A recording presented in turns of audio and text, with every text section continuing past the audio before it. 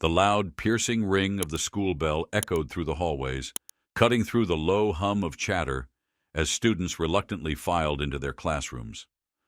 The bell signaled the beginning of another long, grueling day at Jefferson High School.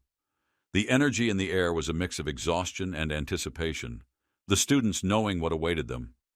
Yet, as the bell's last note faded, a quiet calm fell over the classroom, signaling the arrival of someone who demanded such silence: Mrs. Harper. As she stepped into the room, her presence commanded attention. There was no need for words. Everyone knew what to expect. Mrs. Harper was infamous for being strict, almost merciless in her demeanor. Cold and distant, she didn't inspire admiration. Instead, she instilled fear in her students. She wasn't just the teacher.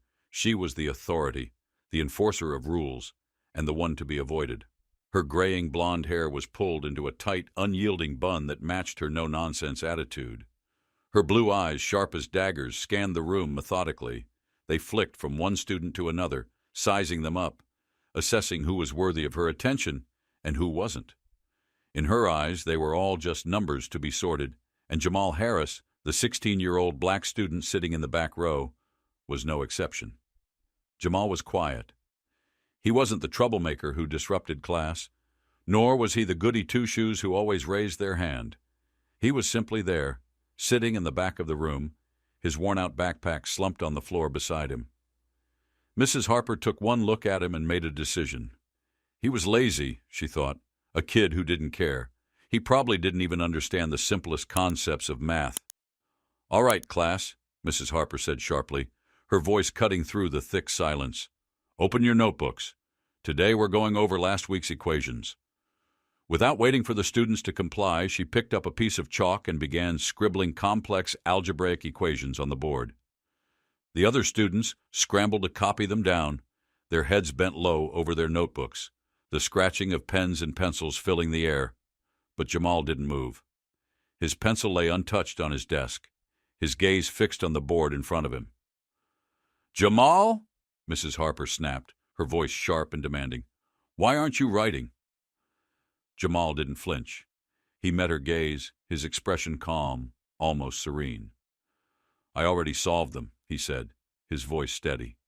The room fell into a stunned silence. A few students exchanged curious, amused glances, unsure if Jamal was joking or just being defiant. But Mrs. Harper's eyes narrowed. She wasn't amused. She was annoyed. "Oh, really?" she said, her voice laced with disbelief. "Then why don't you come up here and show us?" There was a brief moment of hesitation before Jamal stood up. Without a word, he walked to the board and picked up the chalk. He didn't hesitate or second-guess himself. He simply began solving the equations, his hand moving swiftly across the board. The numbers and symbols flowed from his mind to the chalkboard with a kind of effortless precision. He solved each equation with remarkable speed, his steps calculated and accurate, his mind working at a level that left everyone in the room stunned. By the time he finished, the entire class was silent. It was as though time had stopped. You could hear a pin drop. Mrs. Harper's lips pressed into a thin line, her expression unreadable. Instead of offering praise or even acknowledging his skill, she scoffed. "Lucky guess, Jamal," she muttered, her tone dismissive. Jamal didn't flinch. He looked at her with an expression that revealed nothing. "It wasn't luck, ma'am," he replied, his voice calm and confident. For the first time, Mrs. Harper felt something she didn't want to acknowledge: doubt. She had thought of Jamal as just another lazy, uninterested student, someone who wasn't capable of excelling in her class. But what she saw before her now didn't fit that narrative. He had solved the problems with ease without a hint of struggle, and that, she realized, was unsettling.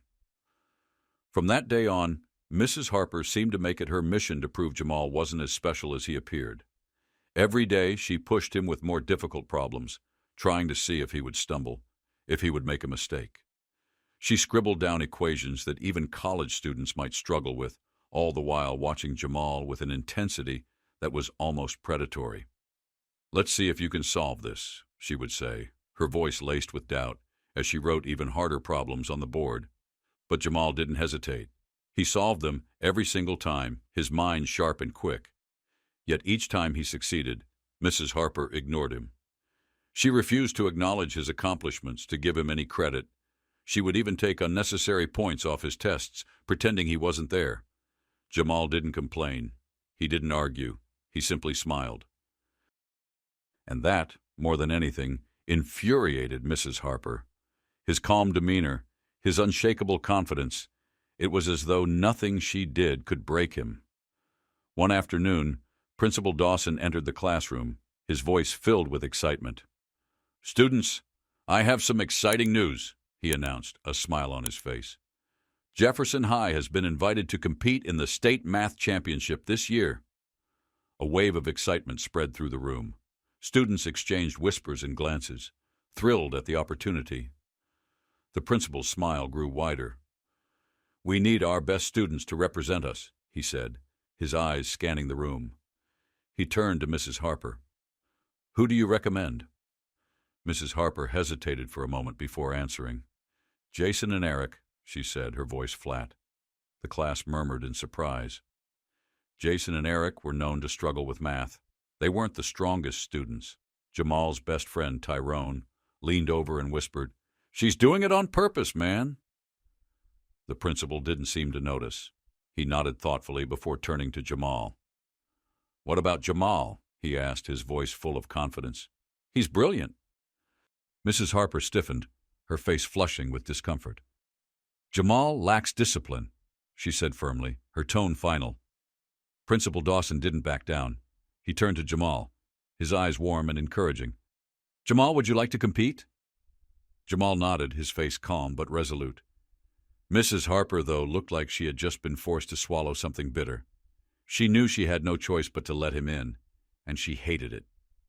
The training for the competition began. For Jamal, it wasn't just about solving math problems anymore. It was about proving something. He knew that Mrs. Harper didn't believe in him, didn't think he was capable of anything beyond what she had already decided for him. He wasn't just competing for the championship. He was competing to show her that he was more than the label she had placed on him. Mrs. Harper made things as difficult as possible. Every chance she got, she threw more challenges his way. "This level of math is beyond you," she would sneer. "Don't embarrass yourself, Jamal." But Jamal didn't back down. He smiled, and he worked harder. Late nights were spent solving complex equations, reading through textbooks, and preparing for every possible question. Tyrone stayed up with him, sneaking practice books from the library, urging him to push even harder. "She doesn't want you to win," Tyrone muttered one night as they worked side by side. "I know," Jamal replied quietly, his voice steady. "That's why I will." One evening, Jamal stayed late after class, determined to finish a particularly difficult problem. Mrs. Harper watched him from the door, her frustration evident. "Why do you even bother?" she asked, her voice thick with disbelief. "You think you're special?" Jamal looked up at her, his gaze unwavering. "Because I can," he said simply. Her anger flared. "You think you're so much better than the rest of these kids?" she snapped. "You're just a street kid pretending to be smart." Jamal didn't flinch. "I don't pretend, ma'am," he said, his voice firm, a quiet strength in his words. Mrs. Harper stiffened. Jamal stood up, picked up his books, and walked out of the room without another word. For the first time in her life, Mrs. Harper felt small. The day of the championship arrived.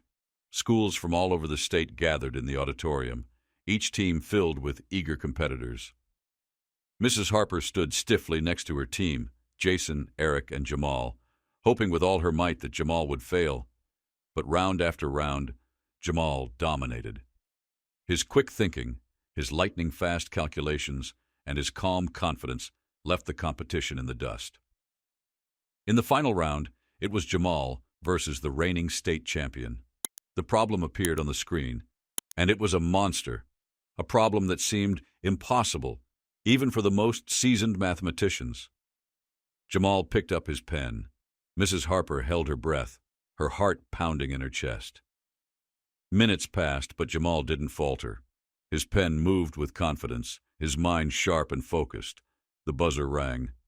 The judge looked at the papers, then turned to the audience. And the winner is Jamal Harris. The entire auditorium erupted into applause. Mrs. Harper stood frozen, her world tilted on its axis. She had underestimated Jamal, and now he had proved her wrong in the most public way possible. Days later, Mrs. Harper called Jamal to her office. She was quiet, her usual sharp demeanor gone. She hesitated before speaking, her voice soft. "I misjudged you," she said, her words almost hesitant. "I was wrong." Jamal smiled, but it wasn't a smile of triumph. It was a smile of quiet, unshakable confidence. "I didn't need your approval to succeed, ma'am," he said calmly.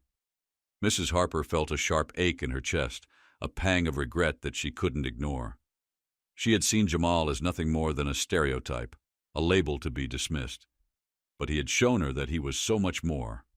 Standing in front of the class the next day, Mrs. Harper spoke with a humility she had never shown before. "Prejudice blinds us," she said softly. "It made me blind." Jamal stood in the back of the room watching her, a quiet victory in his eyes. He hadn't just proven her wrong, he had changed her. And that, more than anything, was his greatest victory. If you were inspired by Jamal's powerful journey, don't forget to subscribe to our channel for more stories that challenge perspectives and celebrate resilience.